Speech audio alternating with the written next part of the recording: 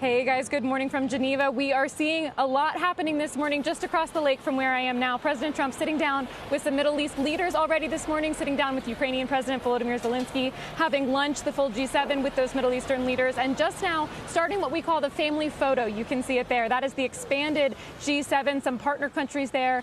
You can see many of those leaders, President Trump front and center, right beside French President Emmanuel Macron, getting together for that photo amid what has been a sort of frosty meeting so far, I would say, guys. The theme for today is that President Trump has really been courting a lot of these Middle East leaders and trying to build support for his deal that we've been talking about over the past 24 hours now. We've been starting to get some details about what exactly is in that memorandum of understanding, and there are a number of outstanding questions about just how firm this agreement is and about what it might mean over the long term.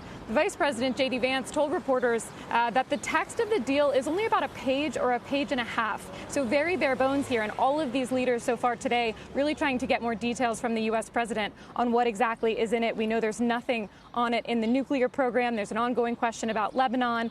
Israel saying that they're not removing their troops from Lebanon. Iran saying that there is no end to the war as long as Israeli troops remain in Lebanon. And some questions about the Strait of Hormuz, guys. Just in the last hour or so, we heard President Trump say that, well, yes, there have been some questions about whether the strait would remain open toll-free for more than 60 days. The president saying, yes, of course it would be toll-free over the long term. That's directly contradicting what we heard from Vice President Vance yesterday on Squawk Box, saying that it's only toll-free agreed so far for the duration of this MOU, and they have to figure out what happens after that. They expect it. The U.S.'s stance is that it remains toll-free, but that's part of what's being negotiated in this next 60 days, guys. So a lot of questions still outstanding and a lot for these leaders to be talking about just across the lake. Guys.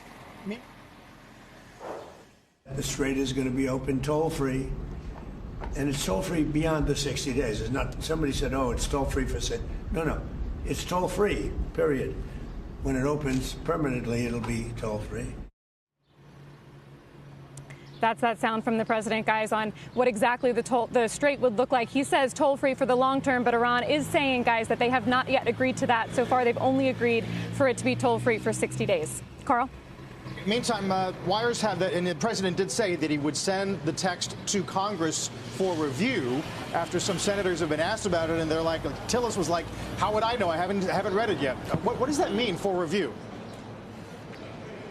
For review, this is something that we saw with the JCPOA. The Obama administration really had to fight to push that agreement through Congress after a bill was passed to ensure that Congress would have some review of it. It was an interesting exchange when the president was asked about it today. Would he send it to Congress for review? He was responding to some criticism from Senator Lindsey Graham, a South Carolina Republican and an ally typically of the president, being skeptical of this deal. And President Trump said, I never thought about sending it to Congress for review, but sure, he would do it if that's what Congress wants. It's a way of trying to, the legislative branch trying to sort of get some power, some oversight over all of this. But when it is just a page and a half MOU, guys, you do wonder how much is even in it, and does that require congressional review, or would they maybe wait to review something until there's a broader deal?